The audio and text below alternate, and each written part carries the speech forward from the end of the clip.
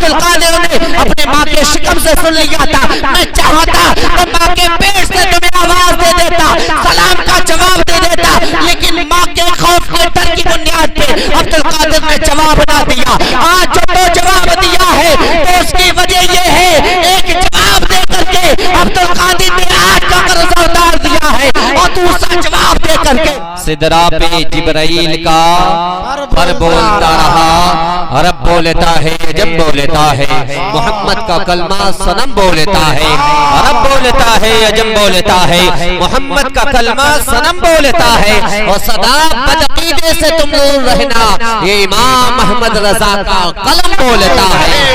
صدا بدعقیدے سے تم دور رہنا. نعرہ رسالت مسلک اعلیٰ حضرت, نعرہ تکبیر, نعرہ رسالت. واہ واہ واہ, کیا سبحان اللہ. صدا بدعقیدے سے تم دور رہنا, یہ امام محمد رضا کا کلم بولتا ہے. اور تھرا گئے یزید کے سب لشکر و سپاہ, تھرا گئے یزید کے سب لشکر و سپاہ. ہمیں نیزے پہ جب حسین کا سر بولتا رہا, نیزے پہ جب حسین کا سر بولتا رہا, سب بولے بریلی کا قلم. اعلیٰ حضرت عظیم البرکت مجددین و ملت کنزول کرامت, آیت من آیت اللہ, معجزت من معجزت رسول اللہ. اچھے رضا پیارے رضا ہماری آن ہماری شان, ہم سنیوں کی پہچان. امام احمد رضا خان فرماتے ہیں ان کی مہک نے دل کے گنچے کھلا دیے. بر تضمین کلام رضا جلوت سے اپنی طیبہ جنت بنا دیے ہیں, توحید سے ہمارے دل جگمگا دیے ہیں. ان کی مہک نے دل کے گنچے کھلا دیے ہیں, جس راہ چل دیے ہیں کوچے بسا, جس راہ چل دیے ہیں کوچے بسا دیے ہیں. واللیل جن کا کاکل مازاغ ان کی آنکھیں, او ادنا کی گلی میں بہکی نہ جن کی آنکھیں. معمور ہیں خدا کے جلووں سے ان کی آنکھیں, جب آ گئی ہے جوش رحمت میں ان کی آنکھیں. جلتے بجھا دیے ہیں روتے ہسا دیے, جلتے بجھا دیے ہیں روتے ہسا دیے ہیں. اور جب لے صلاح تجھ کو وہ وقت یاد ہوگا, امت کے غم میں ایسا رویا کوئی نہ ہوگا, امت کے غم میں ایسا رویا کوئی نہ ہوگا. دنیا میں آنے کے بعد کون نہیں روتا. معلوم ہے جب اللہ رب العزت نے جنت سے زمین پر آدم علیہ السلام کو بھیجا, آدم علیہ السلام دنیا میں آنے کے بعد روئے کتنا, ایک روایت کے مطابق 350 سال, 350 سال روئے. لیکن جب بھی آدم علیہ السلام کے ہاتھ اٹھے عرض کرتے ہیں مولا توبہ کو قبول فرما لے, مولا تیرا بندہ تیری بارگاہ میں حاضر ہے, مولا دعا کو قبول فرما لے. آدم علیہ السلام 350 سال روئے اپنے لیے. آدم سے عیسیٰ تک انبیاء و مرسلین کی جماعت کو اٹھا کے پڑھو, روتے نظر آتے ہیں. کوئی کسی وجہ سے روتا ہے, کوئی کسی سبب سے روتا ہے, کوئی کسی لیے روتا ہے, کوئی کسی لیے روتا ہے. یاد رکھو پیارے, صحابہ اکرام کی جماعت کو اٹھا کے پڑھو گے خوف خدا سے روتے ہوئے نظر آئیں گے. شہداء اکرام کو کی زندگی کو اٹھا کے پڑھو, وہ بھی روتے ہوئے نظر آئیں گے. کون نہیں روتا, ولی اللہ روتے ہیں تنہائی میں, اللہ کی رضا حاصل ہو جائے. خوف خدا سے اللہ کے دوست رویا کرتے ہیں. ارے کون نہیں روتا, عوام روتی ہے, مفتی اکرام روتے ہیں, علماء کرام روتے ہیں, کون نہیں روتا. ذرا دیکھو تو صحیح, زمانے والے کو اٹھا کو پڑھو, کوئی تنہائی میں روتا ہے, کوئی کسی کے سامنے روتا ہے. ہم نے دنیا والوں کا مشاہدہ کیا ہے, ہم نے دنیا والوں کو پڑھا ہے. کوئی اس لیے روتا ہے مال و منال نہیں مل پاتا ہے, کوئی اس لیے روتا ہے اولاد نہیں ہے, کوئی اس لیے روتا ہے عزت و وقار نہیں ہے. ارے دنیا والے روتے ہیں تو ان کا رونا مختلف ہے. کوئی اولاد کی کمی کی بنیاد پہ روتا ہے, کوئی مال و منال کی کمی کی بنیاد پہ روتا ہے, کوئی اس لیے روتا ہے دنیا والوں نے ذلیل کر دیا ہے, کوئی اس لیے روتا ہے کسی اپنے نے تکلیف دے دی ہے, کوئی اس لیے روتا ہے کسی اپنے نے ستایا ہے, کوئی اس لیے روتا ہے کسی اپنے نے دل دکھایا ہے, کوئی اس لیے روتا دیا ہے, کوئی اس لیے روتا ہے سماج نے رسوا کر دیا ہے. لیکن یاد رکھ پیارے, یہ تیرا اور میرا رونا ہے. اولاد کی کمی کی بنیاد پہ روتے ہیں, مال کی کمی کی بنیاد پہ روتے ہیں. لیکن دیکھ تو صحیح, جب زہرا کا بابا رویا ہے, حسنین کا نانا رویا ہے, تیرا میرا نبی رویا ہے, تو اولاد کی کمی کی بنیاد پہ نہیں, مال کی کمی کی بنیاد پہ نہیں. جب بھی مصطفیٰ پیارے روئے ہیں تو امت کی یاد میں آنسو بہائے ہیں, امت کی یاد میں روئے ہیں.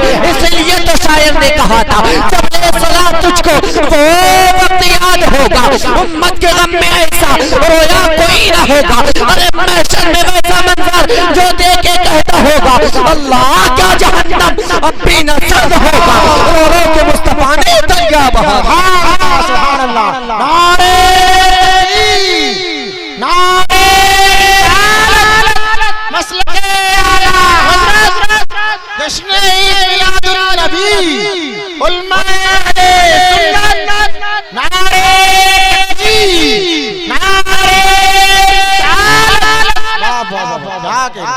سبحان اللہ. اب بھی نصر تو ہوگی, رو رو کے مصطفیٰ نے دریا بہا. واہ واہ واہ. یاد رکھیں جب میرے حضور اس دنیا میں تشریف لائے تو سیدہ آمنہ فرماتی ہیں میرا لال جب پیدا ہوا سب سے پہلے اپنے رب کو سجدہ, سب سے پہلے رب کو سجدہ کیا تو میں نے دیکھا میرے لال کے لب حرکت کر رہے ہیں. سبحان اللہ. میں نے سوچا میرا لال ابھی دنیا میں تشریف لایا, رب کو سجدہ کرنے کے بعد کیا بول رہا ہے. سیدہ آمنہ فرماتی ہے میں نے کان لگا کے سنا نا تو میرا لال اپنے رب سے اپنی امت کو مانگ رہا تھا. نبی پیدا ہو تو امت کو یاد کرے, لیکن آج یہ امت اپنے حضور کو کیوں یاد ہے؟ یہ امت آج کس کے نقش قدم پہ نکل چکی ہے صاحب, کس کا طور طریقہ ہم نے اپنا لیا. صبح ہو تو ہم مدینے والے کو یاد نہ کریں, شام ہو تو ہم اپنے حضور کو یاد نہ کریں, ہمیشہ صرف دنیا کی محبت میں مست مگن رہتے ہیں. پیارے کبھی تو اپنے حضور کو یاد کیا کرو. ایک بندہ جس نے حضور کو خواب میں دیکھا کیا دیکھتا ہے کہ میرے حضور تشریف فرما ہے اور حضور ہر بندے کی جانب توجہ فرما رہے ہیں, ہر بندے کی جانب دیکھ رہے ہیں. لیکن خواب دیکھنے والا کہتا ہے کہ حضور سب کو دیکھ رہے تھے, مجھے نہیں. سب کو دیکھ رہے تھے لیکن مجھے, میں قریب گیا, میں نے کہا یا رسول اللہ آپ مجھے نہیں دیکھتے, سب کو دیکھ رہے ہیں. یا رسول اللہ آپ مجھے پہچانتے ہیں؟ میرے نبی فرماتے ہیں نہیں میں تجھے نہیں پہچانتا. اللہ عرض کرتا حضور میں نے آپ کی امت کے علماء اکرام سے سنا, علماء اکرام بیان فرماتے ہیں میرے حضور اپنے امتیوں کو ان کے والدین سے زیادہ پہچان لیتے ہیں. امتی کو حضور ماں باپ سے زیادہ پہچانتے, لیکن حضور آپ مجھے نہیں پہچانتے. میرے نبی نے فرمایا تو نے کبھی مجھ پہ درود ہی نہیں پڑھا, میں تجھے کیسے پہچانتا. تو میں یہ نہیں کہتا کون نہیں پڑھتا کون پڑھتا, ہم اپنا محاسبہ خود کریں, اپنے گریبان میں جھانک کر ہم خود دیکھیں ہمارا کیا حال ہے. کتنا وقت گزر گیا ہم نے مدینے والے پہ درود نہ پڑھا.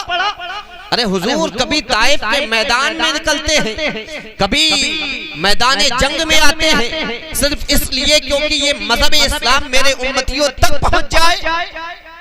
حضور اپنے آرام کو چھوڑ کر کے کبھی جنگ خندق میں جاتے ہیں, کبھی بدر میں جاتے ہیں, کبھی احد میں جاتے ہیں.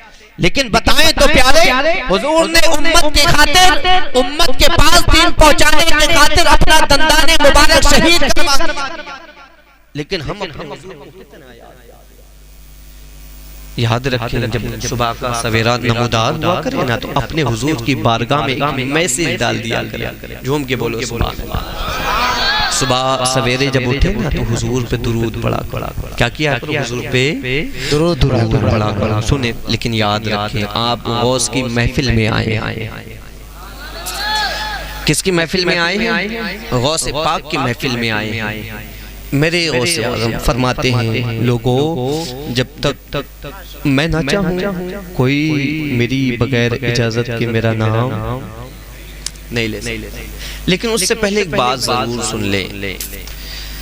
اللہ رب العزت نے داؤد علیہ السلام کو یہ پاور عطا فرمائی کہ وہ لوہے کو پکڑتے تھے تو اتنا ملائم ہو جایا کرتا تھا جیسے کہ موم. یہ داؤد علیہ السلام کا معجزہ ہے. آپ لوہے کو پکڑے وہ موم بن جایا گیا.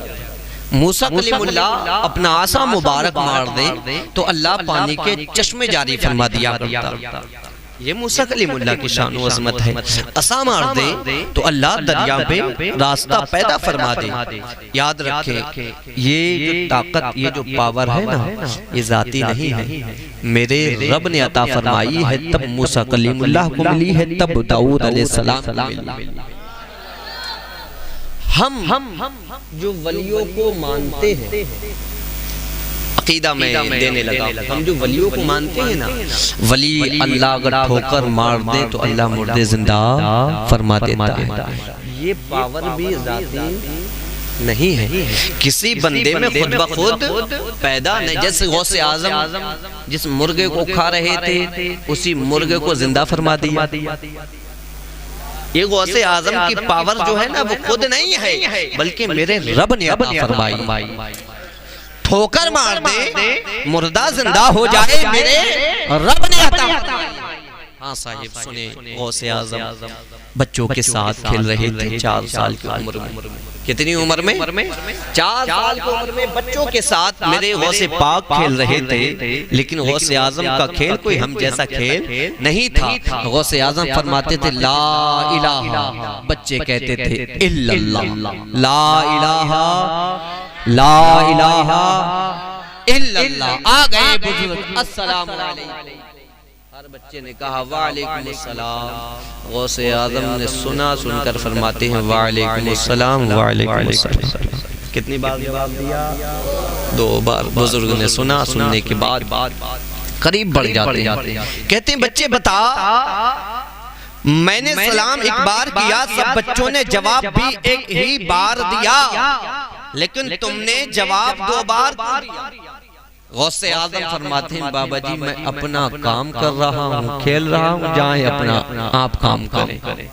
میں اپنا کام کر رہا ہوں, جائیں آپ اپنا کام کریں. فرماتے نہیں بچے بتانا پڑے گا. غوث اعظم فرماتے نہیں مانیں گے, نہیں مانوں گا. جلال نہیں آیا, غصہ نہیں آیا, مسکرائے, تبسم لبوں پہ آئی, حضور کی سنت ادا فرمائی. کہتے ہیں بابا جی نہیں مانیں گی, نہیں میں نہیں مانوں گا. غوث اعظم نے پھر ہاتھ چھڑوایا. پھر غوث اعظم نے بابا جی کا ہاتھ پکڑا. پکڑنے کے بعد اب میرا غوث آگے آگے ہے, وہ بزرگ پیچھے پیچھے ہیں. غوث اعظم لے جا کر کے ایک ٹیلے پہ کھڑا کر دیتے ہیں. کھڑا کرنے کے بعد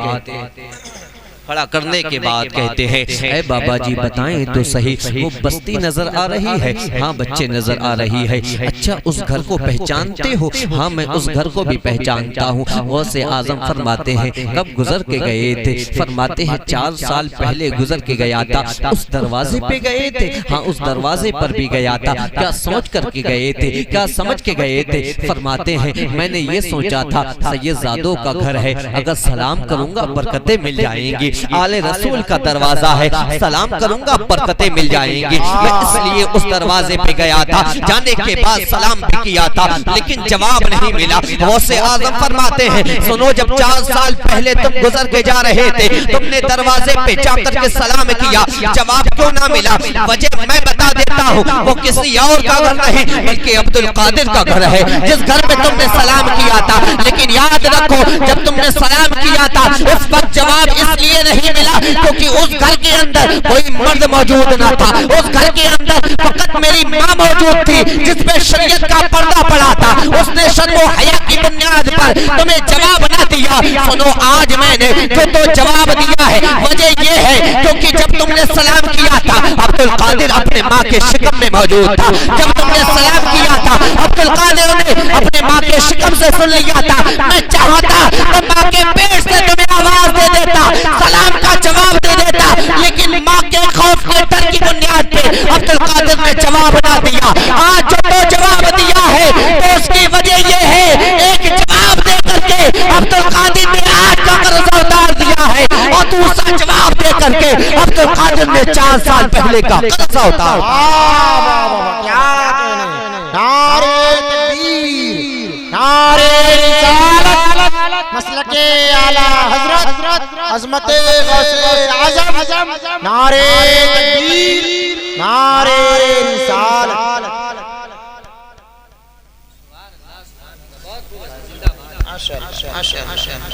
یہ میری غوث اعظم کی شان صاحب. ہاں وقت نہیں، میں کچھ اور بات کروں، ضروری باتیں جو میں نے سوچا. میرے غوث کے والد کو جانتے ہو نا، وہ سیب کا قصہ، وہ سیب کا واقعہ. غوث اعظم کے والد سنے ہو نا، میں پورا نہیں بیان کرتا، کچھ ضروری باتیں. غوث اعظم کے والد روزے کی حالت میں سفر کر رہے تھے. افطار کا وقت ہوا، دریا میں بہتا ہوا ایک سیب آیا، اٹھا کے کھا لیا. پھر تقوی نے جھنجھوڑا، عبد القادر سیب کھا لیا، کسی کی باغ کا رہا ہوگا، وہ باغ کا مالک کوئی ہوگا، مالک کی بغیر اجازت کے تم نے سیب. بروز قیامت کیا جواب دو گے اگر باغ کے مالک نے پوچھ لیا؟ باغ کے مالک نے اگر سوال کر لیا کیا جواب دو گے؟ چل دیے اس طرف جدھر سے سیب بہتا ہوا آ رہا تھا.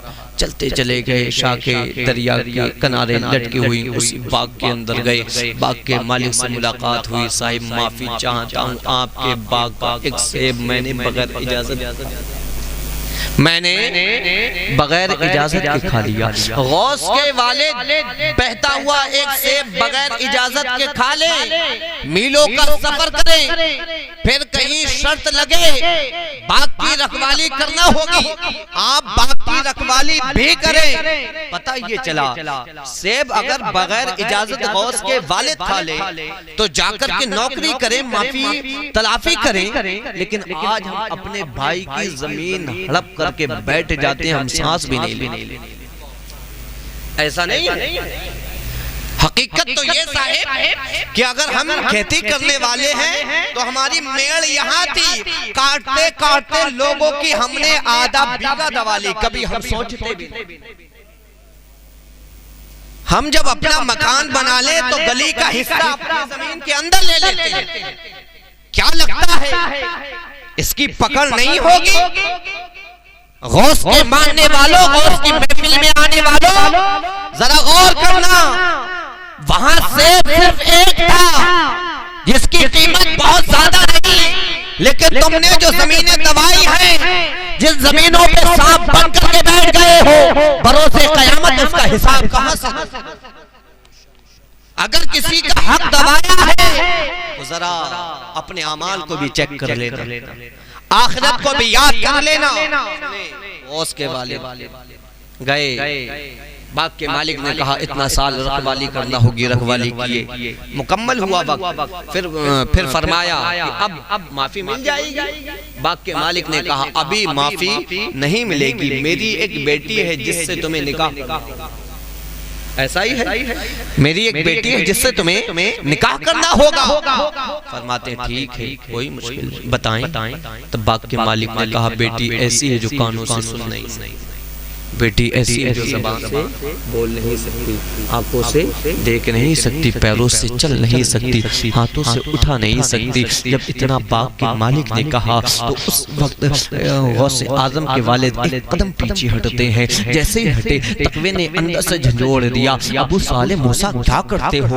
اگر معافی نہ ملی بروز قیامت رب کے سامنے کھڑا کیا جائے گا. رب نے پوچھ لیا بغیر اجازت سیب کھایا تھا، اس کی معافی تلافی بھی نہیں کی، بتاؤ اس کا ہے دو، اس کا جواب، اس کا حساب دو. ابو صالح موسیٰ رب کے سامنے کیا جواب دے گا؟ فرماتے ہیں کہ میں آپ کی بیٹی سے نکاح کرنے کے لیے تیار ہوں. نکاح ہوتا ہے، نکاح ہونے کے بعد شام کا وقت آیا. باغ کے مالک نے کہا اس گھر میں تمہاری شریک حیات ہے، اس گھر میں تمہارے ہم سفر بیٹھی ہوئی ہے، جاؤ جا کر کے ملاقات کرو. غوث کے والد چلے ہیں، غوث آدم کے بابا چلے ہیں. چلنے کے بعد جیسے ہی دروازے پہ دستک دیتے ہیں ابو صالح موسیٰ، اندر سے خاتون کی آواز آتی ہے، دروازہ کھلتا ہے. جیسی ہی دروازہ کھلا نظر پڑتی ہے بڑی حسین و جمیل خاتون پہ. پلٹ کے آ جاتے ہیں، ارے یہ تو کوئی پری پیکر خاتون نظر آتی ہے، حسن و جمال کی ملکہ نظر آتی ہے، بڑی حسین و جمیل ہے. دوڑ کر کے آتے ہیں باغ کے مالک کے پاس، فرماتے ہیں اے صاحب آپ بتاؤ تو صحیح کس گھر میں بھیج دیا؟ اس گھر میں تو بڑی حسین و جمیل خاتون موجود ہے،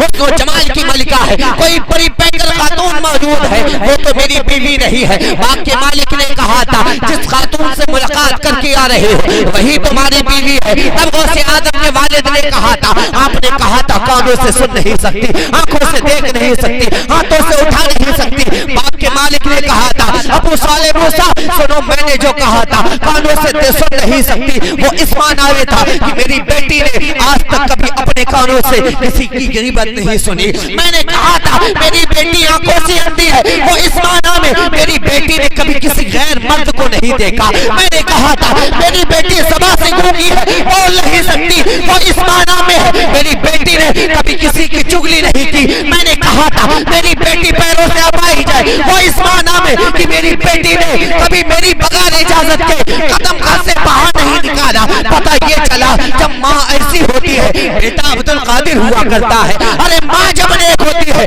بیٹا تاج الشریعہ پیدا ہوتا ہے، ماں جب نیک ہوتی ہے بیٹا امام احمد رضا پیدا ہوتا ہے، ماں جب نیک ہوتی ہے بیٹا مفتی اعظم پیدا ہوتا ہے، ماں جب نیک ہوتی ہے تو بیٹا معین الدین پیدا ہوتا ہے، ماں جب نیک ہوتی ہے تو بیٹا عبد القادر ہوتا ہے، ماں جب نیک ہوتی ہے تو بیٹا بایزید پیدا ہوتا ہے۔ ارے ماں جب نیک ہوتی ہے، ماں جب فاطمہ الزہرا ہوتی ہے تو بیٹا بھی نو کے نیزے پہ قرآن سنانے والا حسین پیدا ہوتا ہے۔